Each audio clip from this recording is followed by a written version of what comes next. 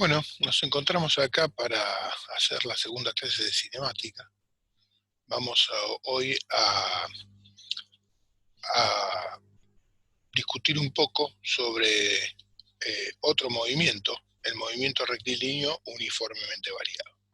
Nosotros ya vimos el uniforme donde la velocidad permanecía constante. Bueno, ahora la cosa va a cambiar porque vamos a tener movimientos donde la velocidad no va a permanecer constante. Este movimiento se llama movimiento rectilíneo uniformemente variado. ¿Por qué se llama así? Bueno, porque si bien la velocidad va a cambiar siempre de la misma manera, es decir, va a cambiar de manera uniforme.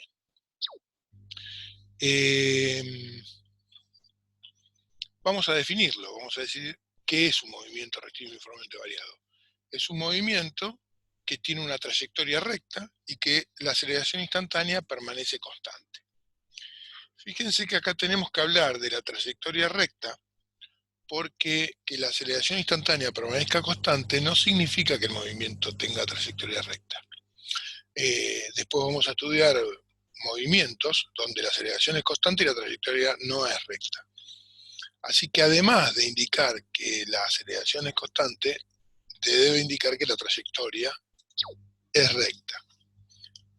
Otra forma de decirlo es así: un móvil se desplaza con movimiento rectilíneo uniforme si su aceleración instantánea permanece constante y la dirección del vector velocidad coincide con la dirección del vector aceleración.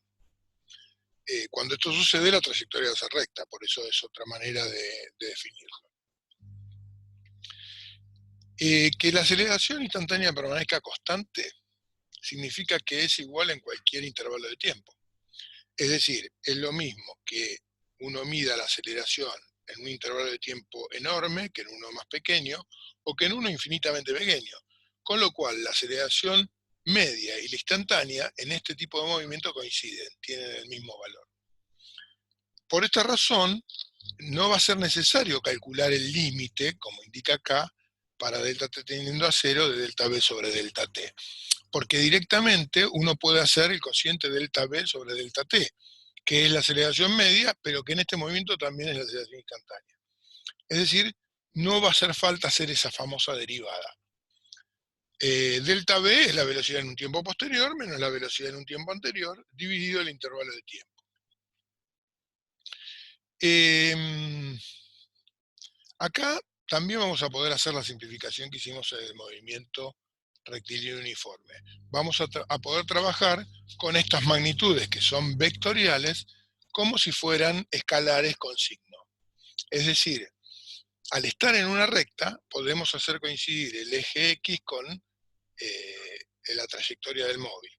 Y obviamente, como se mueve en esa recta, lo que puede suceder es que la velocidad aumente su módulo cuando pasa el tiempo o disminuya su módulo cuando pasa el tiempo. Son las únicas variaciones que puede haber en la velocidad. Con lo cual, podemos directamente trabajar con una aceleración de tipo escalar. Va a aparecer el signo nuevamente acá, porque, digamos, si la velocidad posterior es mayor que la velocidad anterior, esa diferencia me va a dar positiva y entonces el signo de la aceleración será más, lo que indica que el sentido en que apunta el vector de aceleración es el sentido creciente de las X. Mientras que si la velocidad posterior es menor que la anterior, la diferencia me va a dar negativa, y eso me va a indicar que el vector velocidad apunta en el sentido decreciente de las X. Ese signo positivo o negativo, como sabemos, no es otra cosa que el signo del versor que me indica las características del vector sobre el eje X, que es la única componente que existe. Por eso podemos ahorrarnos de ponerle el versor Y, por ejemplo, si el movimiento es horizontal, o el versor J, si el movimiento es vertical, y directamente trabajar solamente con el signo. Es una simplificación. Vamos a definir la primera ecuación horaria de este movimiento. Hacemos lo mismo que hicimos antes, la forma de razonar es la misma. Si yo considero que en el instante t1 enciendo el cronómetro, que lo voy a poder hacer la mayoría de las veces, esa velocidad 1 pasa a ser la velocidad 0, es decir, la velocidad cuando el reloj marcaba 0, a lo que normalmente se llama velocidad inicial, con los cuidados que hay que tener con este término, porque el concepto de inicial no es igual al concepto de velocidad cuando el cronómetro marcaba 0. En realidad esta es la velocidad cuando el cronómetro marcaba 0, por eso le ponemos el subíndice 0. Al instante de tiempo t2 lo transformamos en una variable independiente, t, que va a ir cambiando, y entonces por ser variable. Por lo tanto, la velocidad 2, en lugar de ser la velocidad 2, se va a transformar en la velocidad dependiente del tiempo, una v de t. De manera de que para cada instante de tiempo, esa variable velocidad tomará un valor diferente. Si eso lo reemplazamos en la definición que teníamos de aceleración para este movimiento, nos queda v menos v0 sobre t menos 0, o sea, sobre t. Si pasamos la t multiplicando y la v0 la pasamos sumando, como mostramos acá, llegamos a lo que se denomina primera ecuación horaria del movimiento rectilíneo uniforme. La velocidad en cualquier instante t va a ser igual a la velocidad inicial más la aceleración por el tiempo. Fíjense que esta ecuación vuelve a ser la ecuación de una recta, donde la v inicial pasa a ser la ordenada al origen, y la aceleración ahora es la pendiente de la recta. Fíjense que tiene el mismo formato que la ecuación horaria del MRU para la posición, pero esta es una ecuación que permite el cálculo de la velocidad, porque en este movimiento la velocidad va cambiando con el tiempo, y el cambio de velocidad es directamente proporcional al tiempo. Por esa razón nos queda una ecuación de una recta, como estamos acá.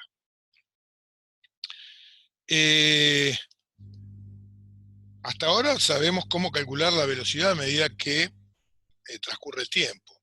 Pero en este movimiento hay dos cosas que cambian con el tiempo. Una es la velocidad y la otra es la posición.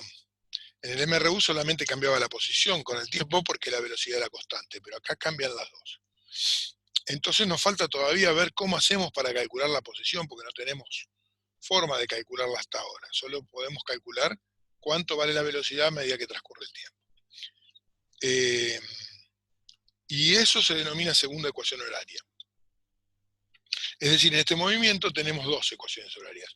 Una para el cálculo de la velocidad, otra para el cálculo de la posición. La aceleración permanece constante. Bueno, vamos a usar algo que ya venimos hablando desde la clase anterior. Dado que la velocidad en función del tiempo no es otra cosa que la ecuación de una recta, al graficarla vamos a obtener exactamente eso. Una recta. Una recta tal que, fíjense ustedes, la ordenada al origen, como decíamos, es la velocidad inicial y la pendiente es la aceleración. Para un cierto instante t, vamos a tener que el móvil tiene una velocidad v de t. Pero ya habíamos visto y demostrado que el área bajo el gráfico de velocidad en función del tiempo es el desplazamiento que tuvo el móvil en ese tiempo. Es decir, este área que está griseada acá, todo este área, coincide con el desplazamiento. Es importante que tengamos en claro que el área coincide con el desplazamiento, pero eso no quiere decir que acá hubo un móvil que se estuvo moviendo por acá adentro, ¿no? Simplemente, este área numéricamente tiene el mismo valor que el desplazamiento. ¿Y cómo se hace el área de esta figura que tenemos acá? Y bueno, la podemos dividir en dos. Tenemos el área de un rectángulo y tenemos el área de un triángulo. Podemos calcular esas dos áreas y sumarlas. Y eso es lo que vamos a hacer.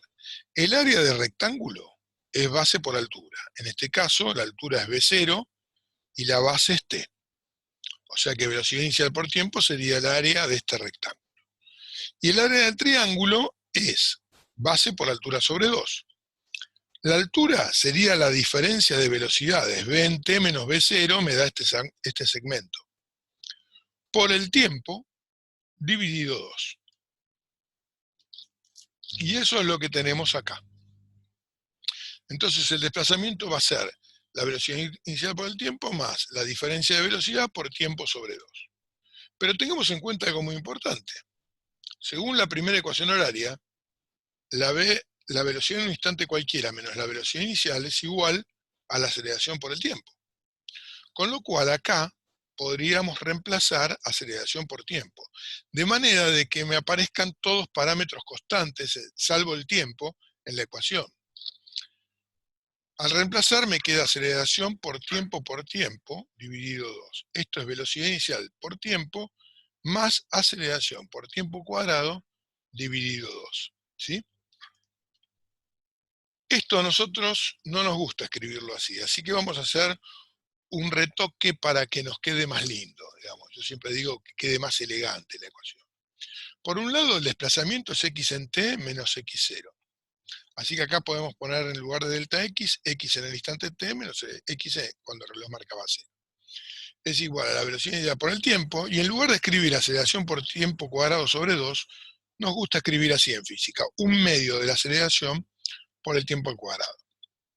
Si pasamos x inicial sumando a la derecha, nos queda lo que se denomina segunda ecuación horaria del movimiento rectilíneo uniformemente variado. La posición es igual a la posición inicial, más la velocidad inicial por el tiempo, más un medio de a por t cuadrado. Parece una ecuación rara, pero es fácil de recordarla. ¿Por qué? Y porque, fíjense, hasta aquí, esta ecuación es igual a la ecuación del movimiento rectilíneo uniforme. Posición igual a la posición inicial más velocidad por tiempo. Lo que se le agrega acá es este término, un medio de a por t cuadrado, que es un término bastante sencillo de recordar, por ser curioso, ¿no? Un medio de a por t al cuadrado.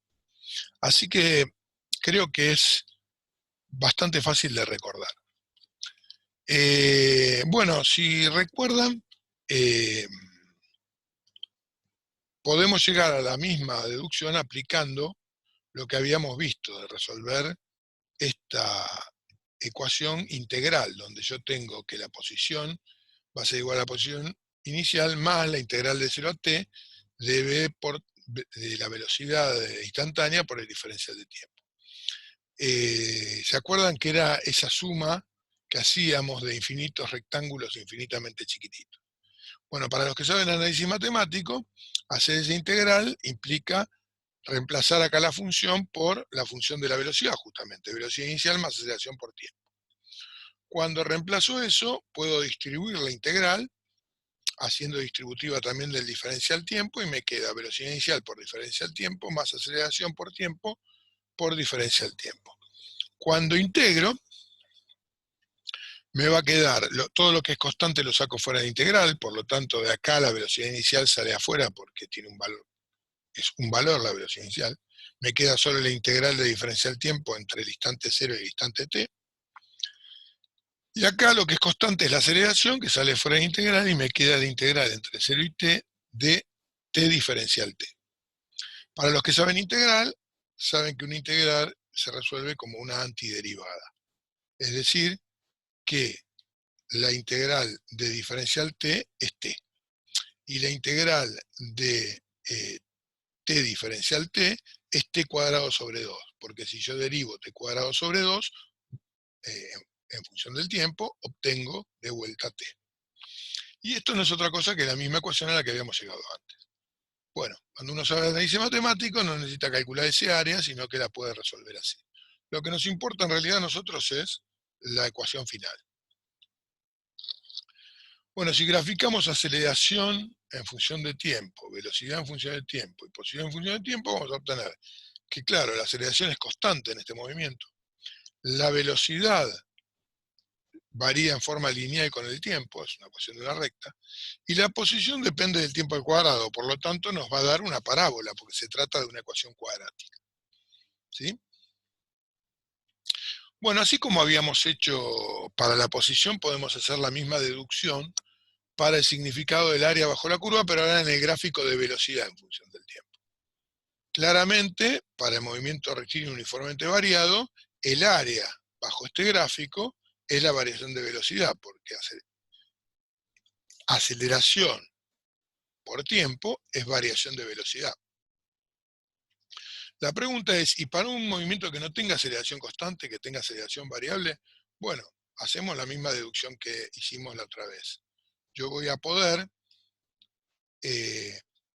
generar pequeños movimientos rectilíneos uniformemente variados, o sea, pequeños movimientos que tengan aceleración constante para pequeños intervalos de tiempo. Entonces, la variación de velocidad que se produce en este movimiento es bastante parecida a la que se va a producir acá, porque las áreas, si bien acá me falta un pedacito, acá me sobra. Y así podría ir yo copiando el movimiento con pequeños movimientos de aceleración constante, ¿sí? La misma deducción que habíamos hecho la otra vez. Con lo cual, si yo esto lo llevo al límite y sumo todas estas pequeñas áreas que van a ser infinitas, con delta t infinitamente chiquititos, voy a lograr que este área sea exactamente la misma que la que queda bajo la curva. Con lo cual, podemos deducir que para cualquier caso el área bajo la curva va a ser la variación de velocidad, aunque la aceleración no sea constante. Y esto significa entonces que la variación de la velocidad va a ser la suma de esas infinitas áreas infinitamente chiquititas, que no es otra cosa que la integral de A diferencia el tiempo. Con lo cual, como delta B es Bt menos B0, paso B0 sumando a la derecha y me queda esta expresión, que sería la expresión para calcular la velocidad para cualquier caso, no solamente para un movimiento uniformemente variado, sino para un movimiento cuya aceleración sea cambiante, y entonces la única manera de calcularlo es con esta expresión. Si alguna vez apareciera un movimiento con aceleración variable, bueno, no quedaría más remedio que resolver esa integral. Nosotros no vamos a estudiar ese tipo de movimientos en este curso. Bueno, veamos algo importante, que son los signos. ¿Qué significan los signos para velocidad, aceleración y posición en estos movimientos? Supongamos que tenemos un movimiento uniformemente variado que tiene una velocidad inicial hacia la derecha, es decir, el móvil se está desplazando hacia la derecha, y cuya aceleración también está dirigida hacia la derecha. Obviamente, como ambos vectores están en el sentido de x, para nosotros están en el sentido positivo. Están según el versor más i. Nosotros directamente el versor no lo usamos porque trabajamos con magnitudes escalares, en este caso, velocidad y aceleración escalar, y entonces que la velocidad esté dirigida a la derecha la indicamos con un signo más, y que la aceleración esté dirigida hacia la derecha también la indicamos con un signo más. Este móvil tiene aceleración positiva y velocidad positiva. ¿Qué le esté pasando a este móvil? Pues bien, muy simple, la velocidad posterior tiene que ser más grande que la anterior. Si no, la aceleración no me daría positiva. Esto significa que este móvil se mueve hacia la derecha cada vez más rápido. Acá tendríamos los gráficos, la aceleración constante positiva, la velocidad con pendiente positiva, como ven la velocidad inicial es la ordenada al origen, y la aceleración, y la posición en función del tiempo graficada me va a dar una parábola. Otra posibilidad sería la siguiente: tener un móvil que tiene una velocidad inicial positiva, es decir, inicialmente cuando prendo el reloj se está moviendo hacia la derecha, pero tiene una aceleración dirigida en sentido negativo. Para que la aceleración sea negativa, la velocidad posterior tiene que ser más chica que la anterior, de manera que el delta B me dé negativo. Y eso me está indicando que el móvil está frenando. Si lo graficamos, la aceleración, como vemos ahí, es una aceleración constante y negativa. La velocidad, bueno, tenía una velocidad inicial positiva, pero como la pendiente de la recta es negativa, porque la aceleración es negativa, va disminuyendo la velocidad, se hace cero y después comenzaría a moverse en sentido contrario. El gráfico de posición indica esto, justamente, un móvil que se está moviendo en el sentido positivo de las X, pero está disminuyendo su velocidad hasta que se hace cero, y después se empieza a mover en sentido contrario. Otra posibilidad que podría aparecer es esta. Fíjense, la velocidad inicial es negativa, es decir, el móvil inicialmente se está moviendo hacia la izquierda. Es negativa porque la posición posterior va a ser menor que la anterior, por eso se mueve hacia la izquierda. Sin embargo, tiene aceleración positiva, lo que significa que la diferencia de velocidad me está dando positiva.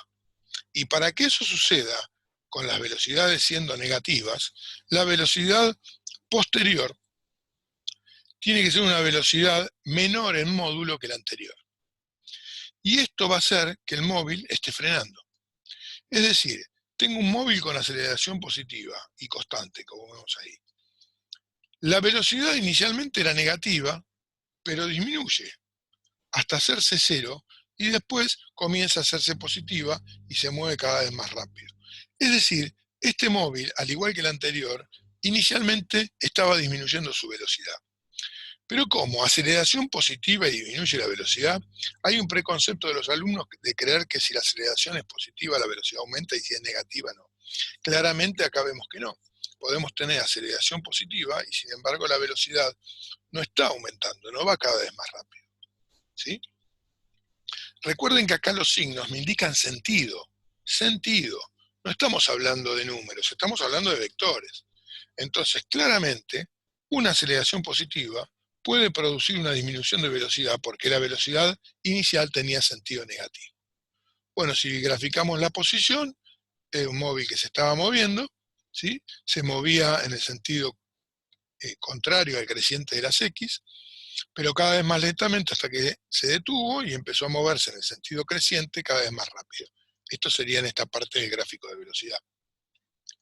Por último, para desterrar de todo este preconcepto, acá tenemos un móvil que se mueve hacia la izquierda y con aceleración hacia la izquierda. Es decir, tanto la velocidad inicial como la aceleración tienen sentido negativo. ¿Y qué está pasando acá con el móvil? Y el móvil se mueve hacia la izquierda y se mueve cada vez más rápido. Otra vez, ¿cómo? ¿Aceleración negativa y el móvil se mueve cada vez más rápido? Sí, porque la velocidad también tenía sentido negativo. Y cuando el sentido de la velocidad coincide con el de la aceleración, no importa qué signo tenga, el móvil irá cada vez más rápido. Y cuando el sentido de la velocidad sea opuesto al sentido de la aceleración, el móvil se estará frenando. Ahí tendríamos la aceleración negativa, como se puede ver. Tendríamos velocidad que inicialmente es negativa y se hace cada vez más grande negativa. Y ahí tenemos el gráfico de posición en función del tiempo. El móvil se mueve en sentido contrario al eje X y además se mueve cada vez más rápido. ¿De acuerdo? Bueno, de todas las aplicaciones que tiene el movimiento uniformemente variado, hay una muy importante que es el movimiento bajo la acción de la gravedad. El movimiento bajo la acción de la atracción terrestre que provoca una aceleración sobre los cuerpos que se llama aceleración de la gravedad. Esto antiguamente, los aristotélicos, los griegos, creían que un cuerpo más pesado que otro caía más rápido. Y que si un cuerpo pesaba el doble que otro, iba a caer el doble de rápido. Esto lo había dicho, no estaba escrito, digamos, no estaban convencidos de esto. Y pasaron 5 siglos donde los hombres creyeron que esto era así, que realmente sucedía de esta manera. Hasta que llega Galileo.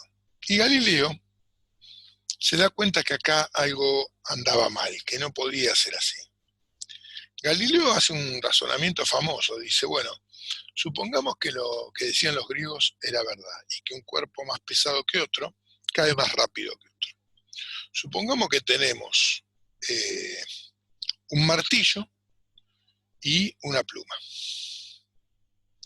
Y yo los dejo caerse. Entonces él dice, bueno, si es verdad lo que decían los aristotélicos, el martillo va a caer mucho más rápido que la pluma. Ahora él dice, supongamos que yo ato el martillo y la pluma. Bueno, el hecho de que estén atados va a hacer que cuando los suelte, el martillo tire de la pluma, tratando de que la pluma caiga más rápido de lo que caía. Mientras que la pluma, como cae más lento, va a retener al martillo, de manera tal de que el martillo va a caer un poco más lentamente de lo que caía antes. Entonces él dice, bueno, esto significa que el martillo y la pluma atados tendrían que caer a una velocidad intermedia, entre la que caía solo el martillo y la que caía solo la pluma. Pero dice Galileo, esto es absurdo, porque el martillo y la pluma, si yo los ato entre sí, conforman un nuevo cuerpo que pesa más que la pluma y pesa más que el martillo por separado. Por lo tanto, este nuevo cuerpo tendría que caer más rápido, no más lento. Entonces dice, esto es una contradicción que no hay forma de eludirla. Por un lado, razonando como había dicho Aristóteles, llegó a que atados tienen que caer más despacio, y por otro lado, con el mismo razonamiento, llegó a que atados tienen que caer más rápido, y esto no puede ser. La única manera de solucionar este problema sería que ambos caigan igual, estén atados o estén sueltos. Es decir, que todos los cuerpos, independientemente de su peso, tarden lo mismo en caer cuando se los deja caer desde la misma altura. Pero esto era una locura. Entonces, cuando Galileo manifiesta esto, dicen, no, este Galileo está loco, ¿qué está diciendo? Entonces se dice que Galileo hizo un famoso experimento en la Torre de Pisa, donde convocó a todos sus detractores y a sus pocos amigos, para mostrar que él tenía razón. Dijo, yo voy a dejar caer una esfera, un cuerpo, que sea más de 10 veces más pesado que otro, y van a ver que ambos van a caer al mismo tiempo. Y Galileo tuvo la precaución de hacer lo siguiente, preparó una bala de cañón muy pesada, de hierro seguramente, y una bala de madera, una esfera de madera, del mismo diámetro. Obviamente que la esfera de madera pesaba muchísimo menos. Después de que todo el mundo comprobó que una pesaba mucho más que la otra, subió a la Torre de Pisa y dejó caer ambos cuerpos. ¿Y qué sucedió? Ambos cuerpos llegaron al piso al mismo tiempo, ante el asombro de todos. Decían, no, no puede ser, acá hay algo mal, están haciendo trampa, ¿qué es lo que está pasando? Háganla de vuelta. Bueno, hicieron el experimento todas las veces que hizo falta, y sin embargo siempre caían al mismo tiempo. Todos preguntaban, bueno, pero si Galileo tira una pluma y una piedra, no van a caer al mismo tiempo. Y Galileo dijo, bueno, pero eso tiene que ver con que en el medio hay otro cuerpo que interrumpe la caída, que es el aire. Si yo pudiera sacar el aire, la pluma y la bala caerían al mismo tiempo. De hecho, ustedes en el campus tienen un video donde pueden ver esto, también lo pueden buscar en YouTube, donde se genera una atmósfera sin aire y se dejan caer una bola de boliche y una pluma y se ve que caen juntas. Pero también lo pueden hacer con un experimento sencillo. Si ustedes toman un papel, ¿sí? Y toman una piedra, un objeto cualquiera, una piedra, puede ser una moneda, lo que quieran, y los dejan caer, obviamente que la moneda va a caer antes que el papel abierto. Sin embargo, si ustedes con el mismo papel, que pesa lo mismo, hacen un bollo bien apretadito y sueltan la moneda y el papel ahora juntos, van a ver que caen al mismo tiempo. Porque el problema es el aire es un cuerpo más, hay que sacarlo. Si yo quiero estudiar la caída de un cuerpo y ver justamente este fenómeno llamado gravedad de atracción de la Tierra y ver qué es lo que pasa, tengo que sacar lo que perturba el fenómeno. Si yo saco el aire, una bola de boliche y una pluma caen al mismo tiempo a tierra, independientemente de su peso. Además, claramente está que cuando se abolló el papel, cayó al mismo tiempo que el otro cuerpo, y no hicimos cambiar el peso, lo único que hicimos es cambiar la forma, en este caso, del papel. Es decir, que en todo caso el aire influye según la forma del cuerpo y no según el peso. Sin embargo, es una idea que está muy metida en la gente. Muchos de ustedes seguramente, siguen pensando y les cuesta creerme que todos los cuerpos caerían al mismo tiempo. Los desafío a que hagan el experimento y van a ver qué es como yo les cuento. Esa aceleración con que caen los cuerpos es independiente del peso de los cuerpos y se denomina aceleración de la gravedad. Siempre y cuando me mantenga cerca de la superficie de la Tierra, esa aceleración va a tener el mismo valor, va a permanecer constante. ¿Qué quiere decir cerca de la superficie de la Tierra? Y 1000, 2000, 3000 metros que yo suba, no voy a notar diferencia en la aceleración. Si subo más, sí empieza a notarse. Pero cerca de la superficie de la Tierra es constante. Se denomina aceleración de la gravedad. El valor depende en qué latitud de la Tierra me encuentre. Es máxima en los polos, porque la Tierra está achatada y entonces en el polo estoy mucho más cerca del centro de la Tierra que del ecuador. Mientras que en el ecuador tengo el menor valor. Como vemos acá en la pantalla, sus valores oscilan entre 9,83 como máximo en el polo y 9,78 metros por segundo cuadrado en el ecuador. Ahora bien, a 45 grados de latitud y a nivel del mar se obtiene el valor que se llama normal de la aceleración de la gravedad, que es 9,807 metros por segundo cuadrado. Nosotros, a los fines de hacer más rápido las cuentas y los cálculos, vamos a tomar, para los problemas, la aceleración de la gravedad 10 metros por segundo cuadrado. La vamos a redondear. Ojo, si hacemos un experimento no podemos tomar este valor, tenemos que tomar el valor real.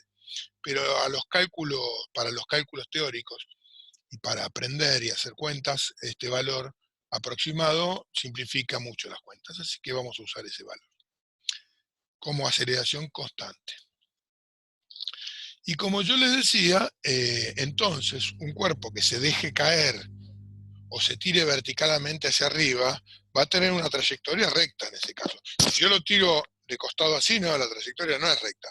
¿Ven? Este es el ejemplo donde la aceleración es constante y la trayectoria no es recta. Cuando yo tiro una piedra, la aceleración de la gravedad apunta hacia el centro de la Tierra y es constante todo el tiempo. Y sin embargo, la piedra no tiene un movimiento rectilíneo, tiene un movimiento que vamos a ver más adelante, es una curva parabólica. Pero si yo lo dejo caer, o lo tiro en dirección vertical, ya sea hacia abajo, lo arrojo o hacia arriba, el movimiento va a ser un movimiento rectilíneo uniformemente variado y vamos a poder aplicar estas ecuaciones que hemos deducido, la primera ecuación horaria y la segunda ecuación horaria. Por supuesto que el aplicar estas ecuaciones va a depender, como siempre, del sistema de coordenadas que utilicemos. Y uno puede elegir el sistema de coordenadas de manera diferente. Generalmente es conveniente, cuando uno deja caer un cuerpo o lo arroja hacia abajo, elegir un sistema de coordenadas positivo hacia abajo. Y cuando lo arrojo hacia arriba, es costumbre elegir un sistema de coordenadas positivo hacia arriba.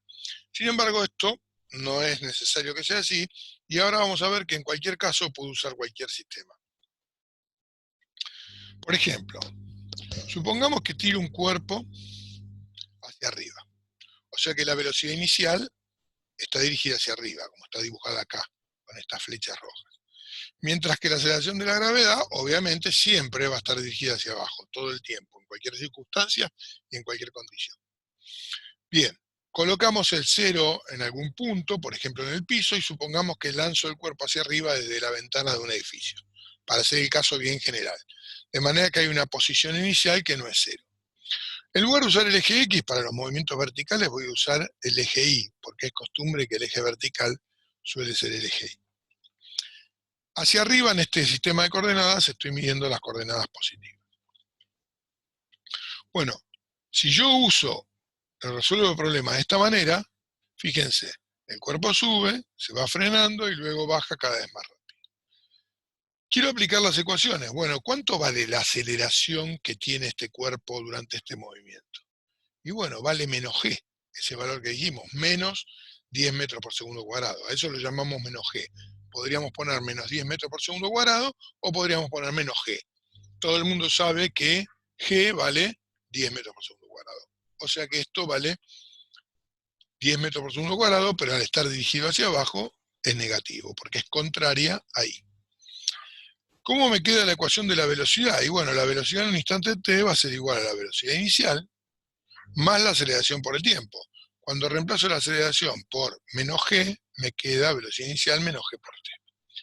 Luego, para calcular la posición, vamos a usar la ecuación horaria de la posición, que es esta ecuación más larga que habíamos visto, donde tenemos que inicial va a ser igual a la velocidad inicial por el tiempo, y en lugar de poner menos un medio, mejor dicho, más un medio de a por t cuadrado, como reemplazamos a por menos g, me queda menos un medio por g por t cuadrado.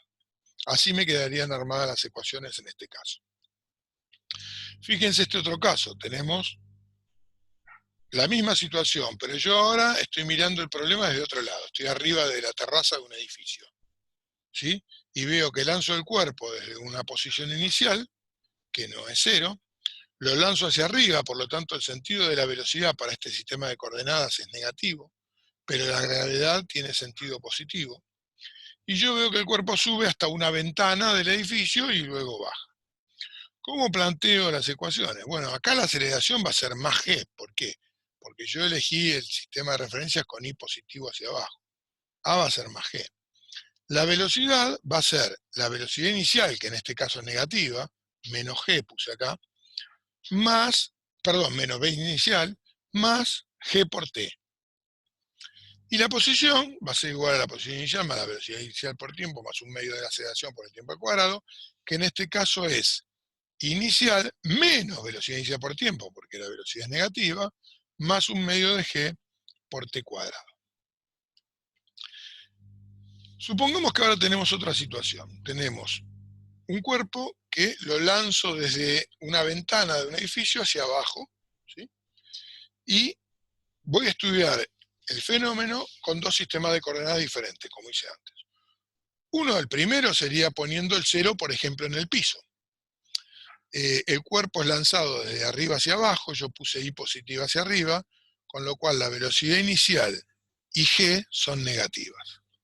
En la otra situación, fíjense, pongo el sistema de coordenadas positivo hacia abajo.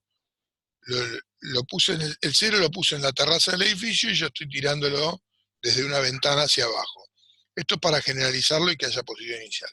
Tanto la velocidad inicial como g acá son positivas. Veamos cómo lo resuelvo. Primer caso. En este sistema de coordenadas A valía menos g. ¿Por qué?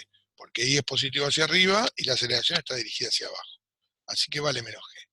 La velocidad inicial también es negativa, con lo cual la ecuación de velocidad, que es velocidad inicial más aceleración por tiempo, acá la velocidad inicial tiene sentido negativo, me queda menos velocidad inicial, menos g por t. Y la posición en t, me queda la posición inicial, que es positiva, menos la velocidad inicial por el tiempo, menos un medio de g por t cuadrado, porque todas tienen sentido negativo. En el segundo caso es el que más usamos cuando los problemas son así. Ponemos todo positivo hacia abajo, porque somos gente positiva, nos gusta que todo nos quede positivo. Si yo pongo el sistema así, tengo una posición inicial, porque yo estoy mirando la terraza y lo tiro desde la ventana, que está más abajo. La aceleración es positiva, porque está dirigida en el sentido de las i positivas, o sea que A vale más g. La velocidad vale velocidad inicial más g por t.